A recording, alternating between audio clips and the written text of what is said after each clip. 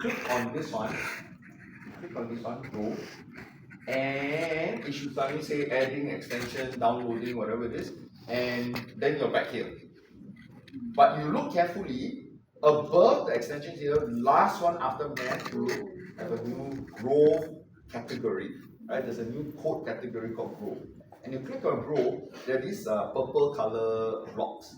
And these purple color blocks are the blocks that talk to the items in this kit, right? So when you look at the instruction book, when the instruction book tells you to use certain code blocks, the purple blocks are under this row.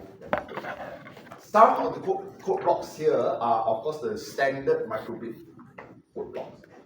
Right? You still need to use the microbit code blocks. You cannot just use the Grove one. The Grove one is only those that are special for the Grove kit. Okay? So you may need to use some of them. You may need to use the crocodile clips. The crocodile clips will clip onto. You may click, and then you see there's a P1, P2, or whatever the connections here. You can just click onto the. Right, you can do something like this, right? You can clip into the. If you need to connect, right? If you need to use, maybe you need to use a crocodile clip and clip here like this, and you can clip to something else, right? So you just clip. This is all we showed before. If you need to, depending on the project you're doing, you may need to clip like that. Right? Depending on the project you want to do, you need to clip and connect. You just crocodile clip, right? So you just clip the other side of the wire, whatever else you do. Okay, so are you all clear enough? This is what you need to do. Okay, so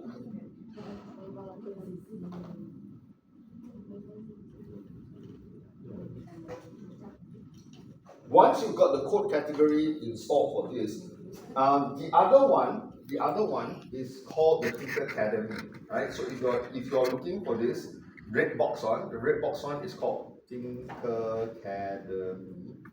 Tinkercademy. That's the name. Okay, so the one that you have is called the Tinkercademy Tinkerkit. So if you want to install, you can install the extensions for this one if you want to play with the red box. But the red box tutorials, like like how to this thing, the tutorials are you have to Google and search for it, because I don't know where it is. If I'm just trying to find it for you and then tell you where the URL is. But now maybe what you want to do is install Tinkercademy Tinkerkit. Okay.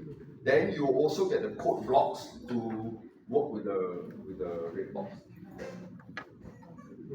And if you do that correctly, you should see Tinkercademy, see the green one above Grove. In mine here, it shows up here like this. And I think you get this additional one called OLED, OLED. The OLED is because I think in the Tinkercademy kit there's an OLED display. It's like a small screen, right? It's almost a semi-graphical kind of screen. You can show very simple graphics, but it's a very, very small screen. This is a very, very small, smaller than even your watch, right? So these are some of the things here, and basically you are almost ready to begin. So the extensions, you click, right? So these are the instructions here. Find Grove, click on Grove. So the instruction says later with the slides, if you want to remember how to do the steps, it is here for you to remind you. So just to tell you these things are there. Now, what is inside the green box? The Grove Inventor Kit. The Grove Kit here has got a light sensor. Now, you say, hey, the microbit already has a light sensor, right? But this light sensor, because it is on a separate thing, why you can actually point it in different directions, you can put it under things, and it's you don't have to block the whole microbit, or because you block it, then you cannot see the screen if you want to see the screen, right? So the light sensor is a separate item, so you can point it and use it, rotary angle sensor, there's a knob. So the knob, when you turn the knob a certain way, it will detect the angle the knob is at.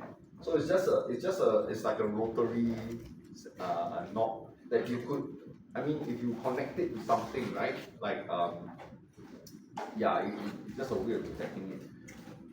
There's something called a gesture sensor. So the gesture sensor is for you to detect, like if you wave your hand this way, like you point the gesture sensor, like you wave your hand, or you move your hand this way, or you do different actions.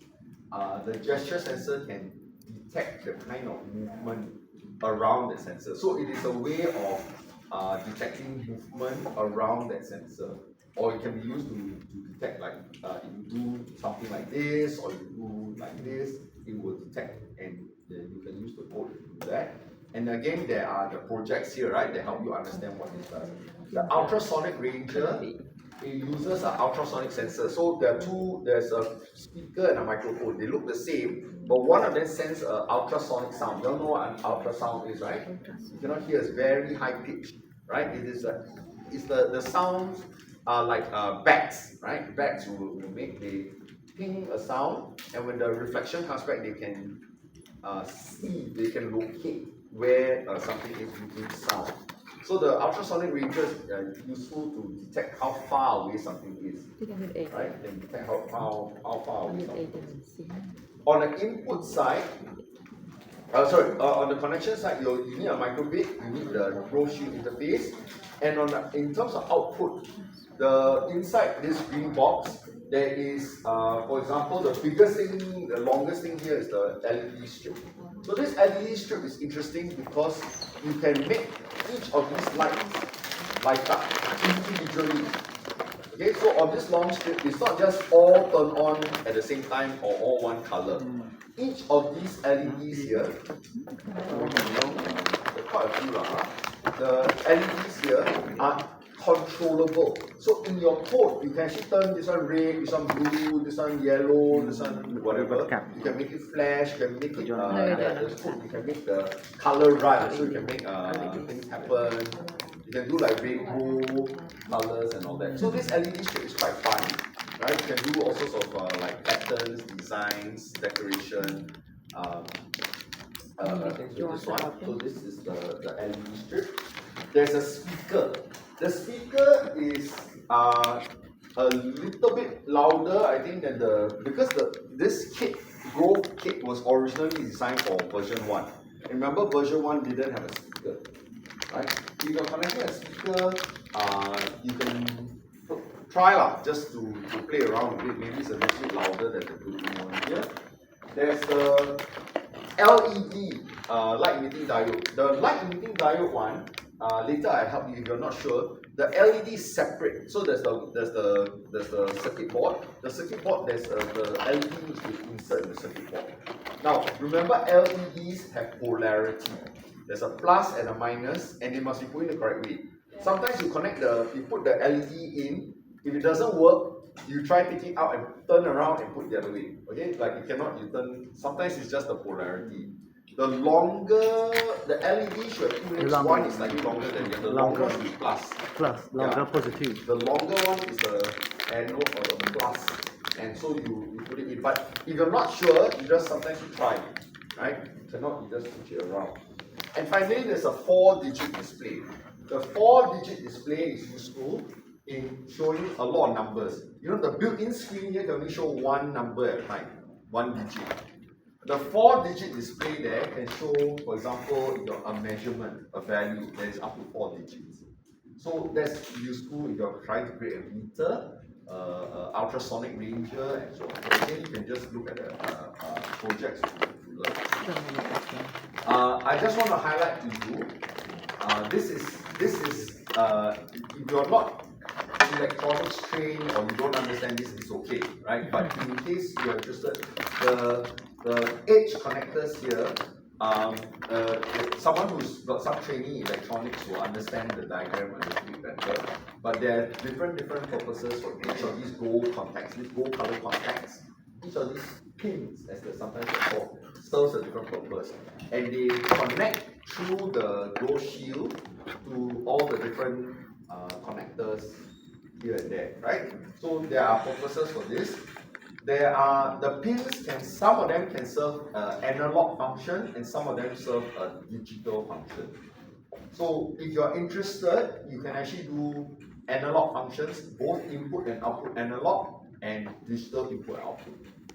If all this is like alien and you don't understand what I'm talking about, it's okay, right? This is really if you have interested to teach electronics, if you're interested in teaching simple electrical engineering, then this is useful.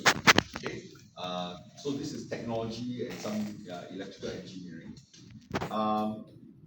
The way that you could detect or use things is again digital output, digital or analog output. You can measure the output and you can control things, right? So again, this is only for you to reference for you if you are a technology teacher who is teaching some electronics. There's some of this. So again, you'll be in the slides, right? In the slides, you can take back with you. If you go back to your own schools, if you have a colleague who's interested in some of these things, maybe they may be able to understand this. If you if you see the code block that says digital write pin, writing to a pin, right? Writing to a pin is sending voltage to the pin. And when you digital is either on or off, right? Digital, there's no variation. It's 1 means on, 0 means off. So when it's on means there's current, there's voltage sent to the pin. If it's off, there's nothing detectable. And when you write 0 to the pin, then there's no voltage. When you write a 1 to the pin, there is voltage. And the voltage is the voltage of that the microbit uses is 3.3 volts. Okay, so internally inside the microbit, 3.3 volts is the maximum. So when you digital write 1, the pin will have 3.3 volts there. If you're doing analog, analog is the old like volume control kind of thing. You can change the amount of voltage.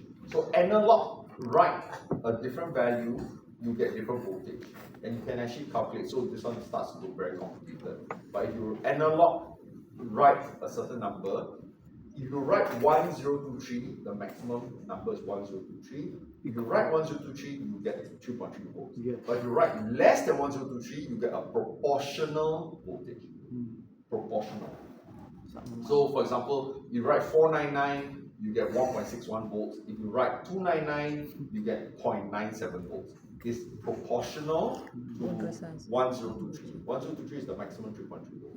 So just explain to you so that if you ever want to make use of this to do some control or some other more complex project, this is the basics, right? The absolute basics. But usually, you need to have some electronics background here to understand this a little bit clearer.